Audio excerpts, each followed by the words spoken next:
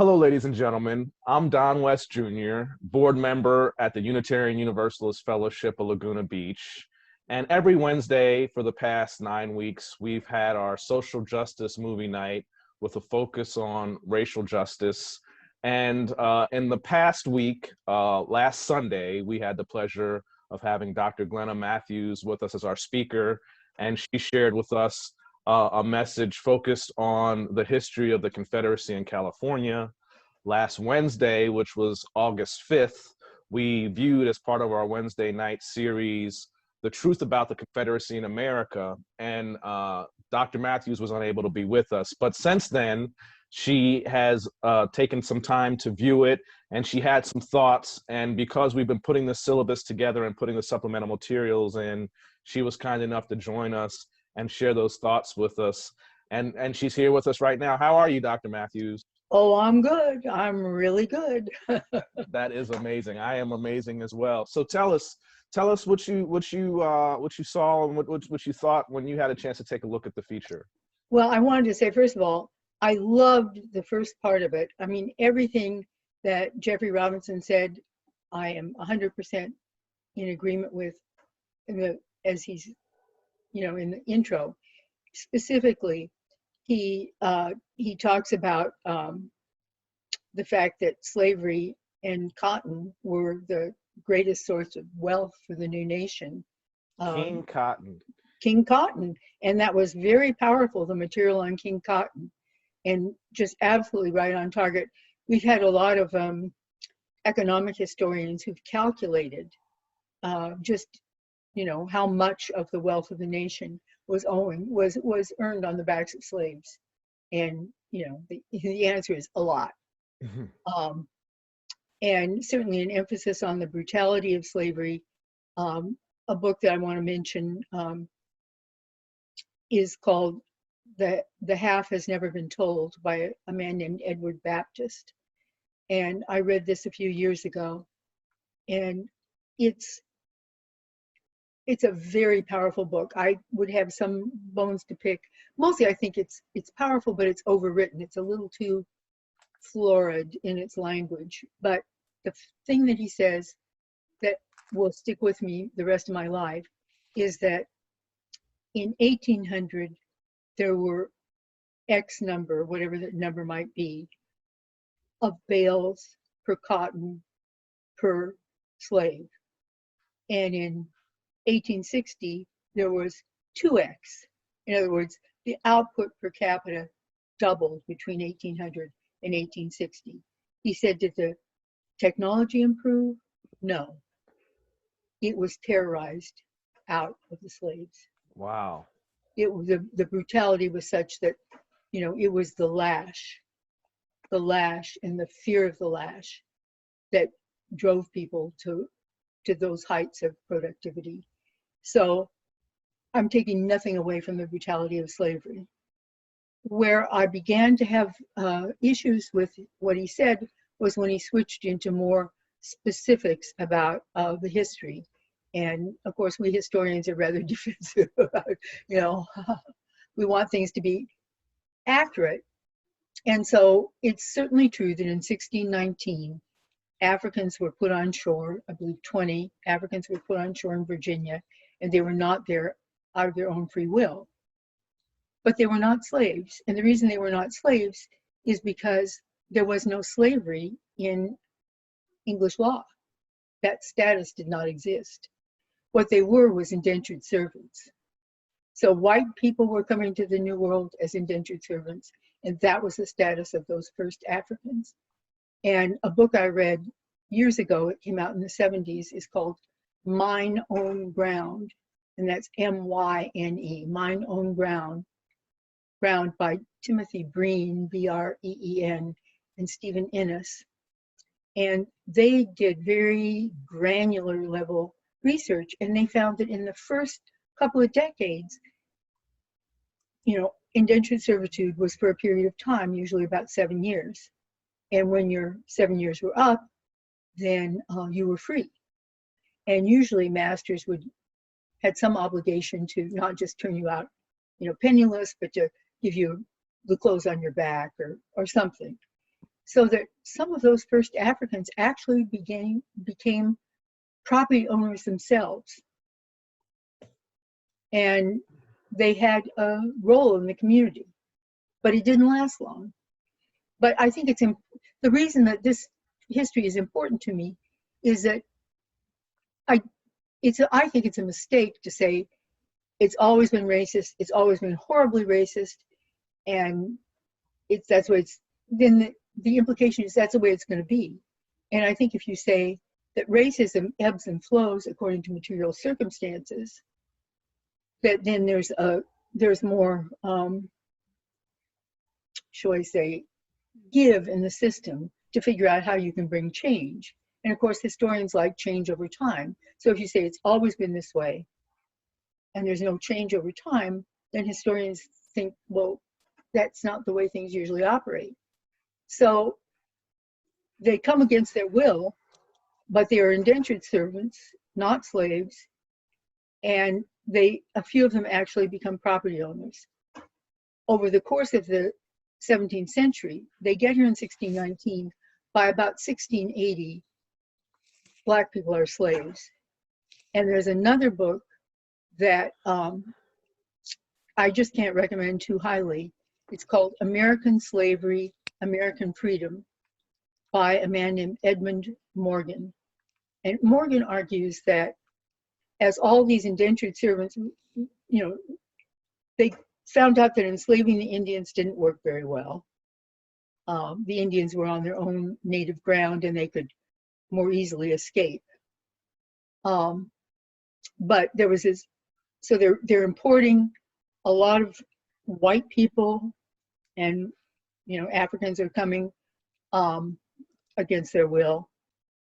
And when the indentured servitude, when that 7 years is up, the white indentured servants become a troublesome class. And so what Edmund Morgan argues is that American slavery underwrote American freedom. That is, if you single out the Black people who have been indentured servants and degrade their status, you can control them and you can give more freedom to the white people because you are enslaving the Black people. And that takes place over the course of the 17th century. So that it's the need for labor and the need to control your workforce. And you can trace over the course of the 17th century laws that embed slavery into these various southern colonies, as they then were, laws that say that slavery will follow that the children of an enslaved mother will be slaves too. In other words, it becomes heritable. But if it's indentured servitude, that's not the case. So in other words, there's a big evolution. And if you read some of these books that I've been talking about, you get an idea of what the time frame is. Every few years, there's something that's eroding the status of the Africans who had been indentured servitude, been under the legal framework of indentured servitude, so that by the end of the century, there's full-bore slavery.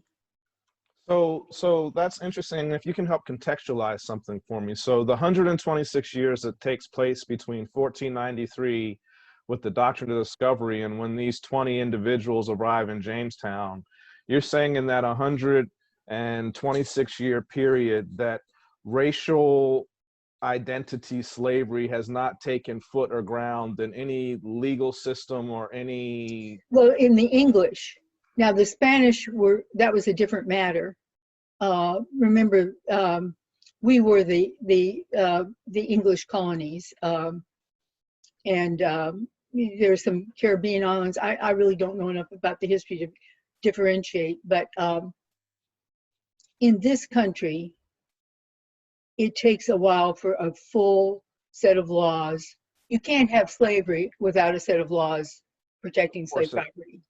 Right. And those laws are not fully in place until the late 17th century. Because we had codified chattel slavery in America at some point. At some point, and it's fully codified by the late 17th century, but there are actually Black property owners before all that. Understood. And Okay. their status. I mean, it's really quite heartbreaking when you think of these people who thought they might have been able to pass something on to their children, as would have happened had they been white, and now they're seeing, their people's status deteriorate.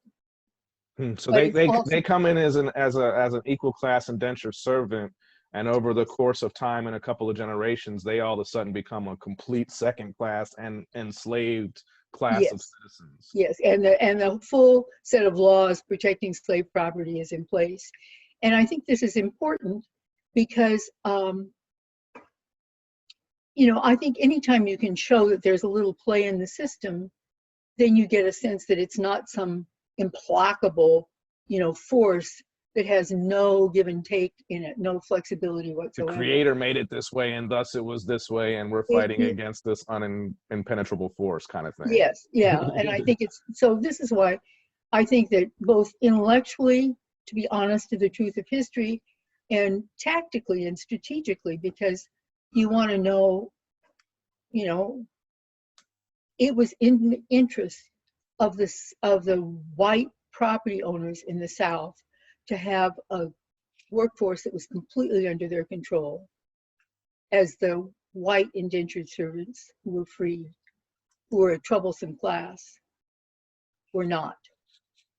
Mm-hmm. And that's the argument of Edmund Morgan in American Slavery, American Freedom, that American freedom becomes more extensive once you get American slavery fully in place. Hmm. It's a very powerful and very important book. And I'm thrilled to have the opportunity for whatever audience of who might ever be watching this, but to you, Don, because I know how smart you are, this is a really important distinction, I think. And this is why I'm so interested in what happens in California. I mean, this is a bit of a parenthesis because it doesn't have anything to do with Jeffrey Robinson, but this is why I'm so interested in what happened in California. My argument after the gold rush, my argument isn't that people come and are suddenly less racist than they were when they lived in the East or wherever, but that the material circumstances in California are different. And so many different groups come at once that there's never a chance to have the kind of hegemony, particularly Protestant hegemony, that you get in, the American South or Eastern cities. And so there's institution building right from the start. Even at this point, there's, in 1860, I think there were about 3,000 African Americans, and some of them have to sue for freedom, even though it's a free state. That's another whole subject. But the largest group, other than the Californios and the native Californians, but the largest group of newcomers are the Chinese. There's about 20,000 Chinese, and we know, I mean, they were a much exploited group, but they were building institutions as soon as they got here. And in the 1850s, there was Chinese opera in San Francisco. There was Italian opera. There was also Chinese opera. Mm. And so, the first African-American Protestant church is found, California becomes a state in 1850. Third Baptist in San Francisco was founded in 1852. So all these institutions are being built that give a different texture to what goes on in California. It doesn't mean that people are enlightened necessarily. It means that the nature of the playing field is different because so many groups come at the same time. And you can't just squash the same way, might be taking place in other regions. Anyhow, that's why, as I say, I'm always interested in when there's a little play in the system. Well, there's something about, and the new system that is evolving. I have a question for you that relates to what's going on the ground today and what's evolving, specifically with the removal of all of these Confederate monuments. Because what occurred to me when I was watching the piece on Wednesday night after listening to your talk the previous Sunday was that when he spoke at a point in time when a lot of statues had been removed from California. And so when he showed his map, it looked at that particular point in time as though California had not really even participated in that whole exercise. And so my question is, as we remove these statues, are we not also removing some sort of social and cultural markers of, hey, these are the places we need to keep an eye on and see what they're doing there now, because that's what they were kind of doing there then at the end of the 19th century and at the time of the civil rights movement in the 50s and 60s. And we don't have those markers anymore once all of the statues come down. That's just a thought that came to me. Well, I mean, I think that it's an interesting issue, but I don't think, I mean, as long as there are people, not just professional historians, but community historians and, you know, historic preservation groups and such, I think there'll be a record of those things. And I also want to mention, I really liked how passionate Jeffrey Robinson was about, you know, these got to go. These, I mean, the Confederate monuments are monuments to traitors. Why in the world would we want monuments to traitors?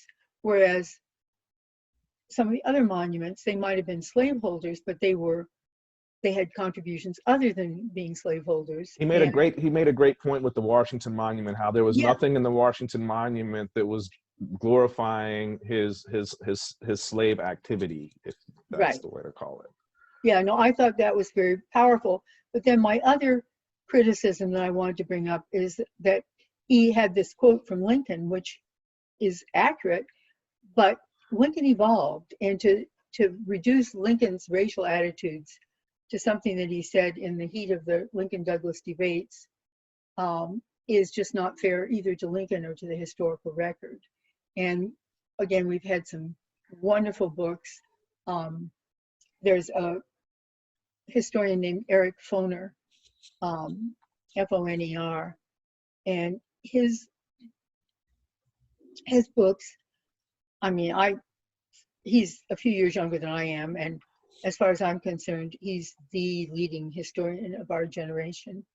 But he wrote a book called The Fiery Trial, which is specifically about how Lincoln's racial attitudes evolved during the course of the Civil War. And Eric Foner is, you know, a man of the left. He's certainly not an apologist. He has a more recent book, which I also loved, called Gateway to Freedom. And that's about the Underground Railroad in New York City. And Foner found out some records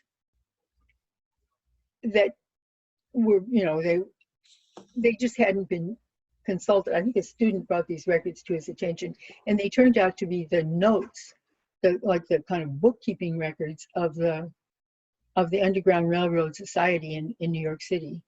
And he has an entry he came across from Harriet Tubman. You know, Harriet Tubman escorted, you know, so and so and so and so. So Eric Foner is a good guy, but you know, he does give a more nuanced view of Lincoln. And then the other thing, and I have a hard time talking about this without crying, but you've heard me talking before about this wonderful, wonderful biography of Frederick Douglass by David Blight. I just cannot recommend that book too highly. And he chronicles the meetings between Lincoln and Frederick Douglass, not Stephen Douglas, his debate opponent. And it is so moving because, for my money, these are the two greatest Americans of the 19th century. And they had so much in common because neither one of them had access to formal education. You know, Lincoln, because he was raised in, you know, this dirt poor backwoods, backwater, and Frederick Douglass because of slavery. And both of them were ferociously determined to educate themselves, and they became the two greatest speech makers of the 19th century.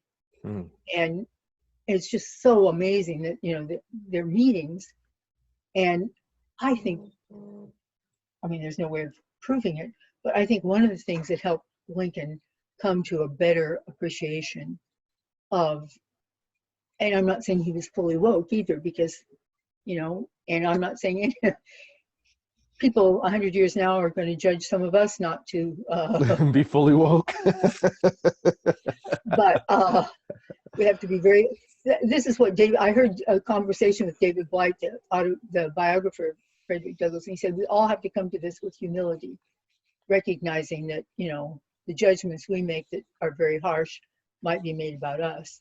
But anyhow, Lincoln and Douglass, I think their encounters kind of opened Lincoln's eyes to the possibilities for Black achievement, because he'd never really encountered anybody like Douglass.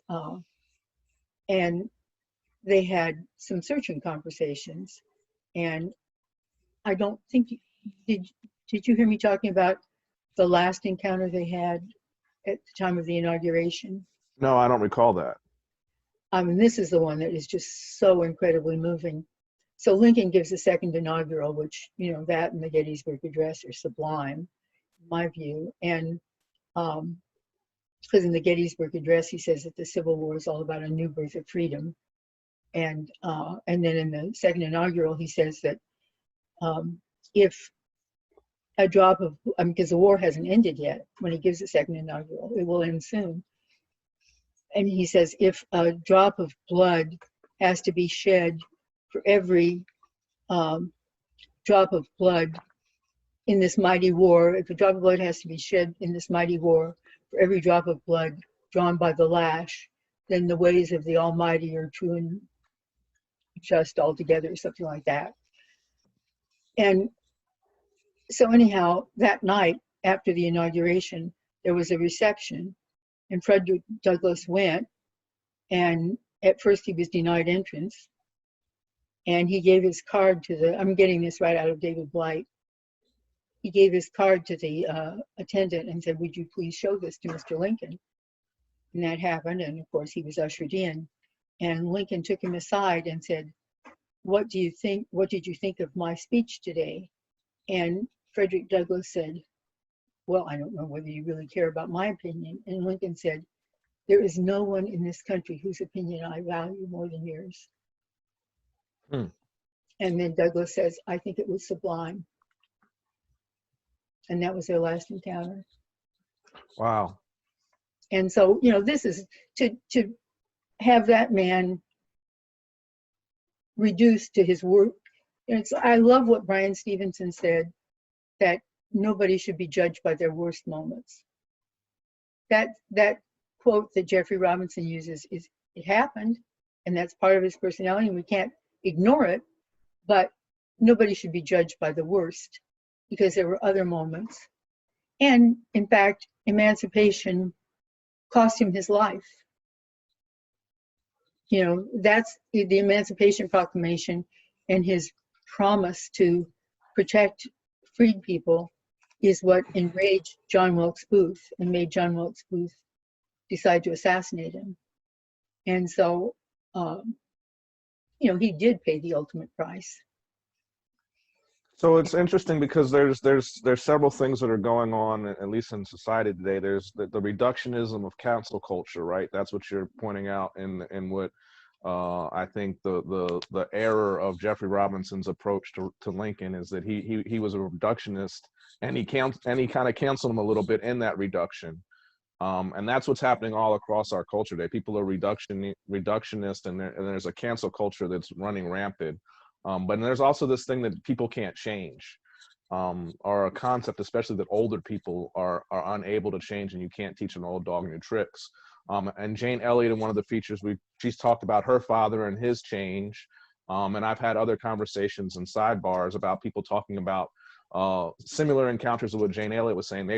And to with Lincoln, they're exposed to something that changes their point of view, and thus changes their action and their worldview. So we can change, and we have to be careful not to be reductionist because of that fact. Literally, because we can change, we can't reduce people to points in time. Amen. No, that's just Yeah, I the mean, that's resounding exactly, message that I hear you saying when you're yeah, that's, recounting these points.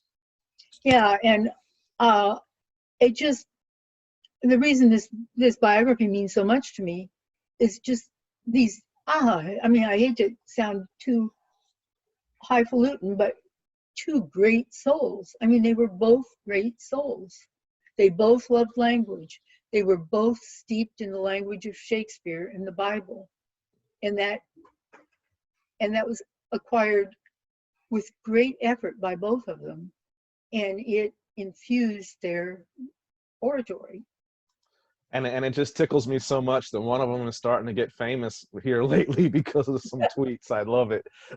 But also, Frederick Douglass gave a speech after Lincoln's assassination, and I cannot summarize it. I just know that it's generally regarded as a rather balanced assessment of where Lincoln was.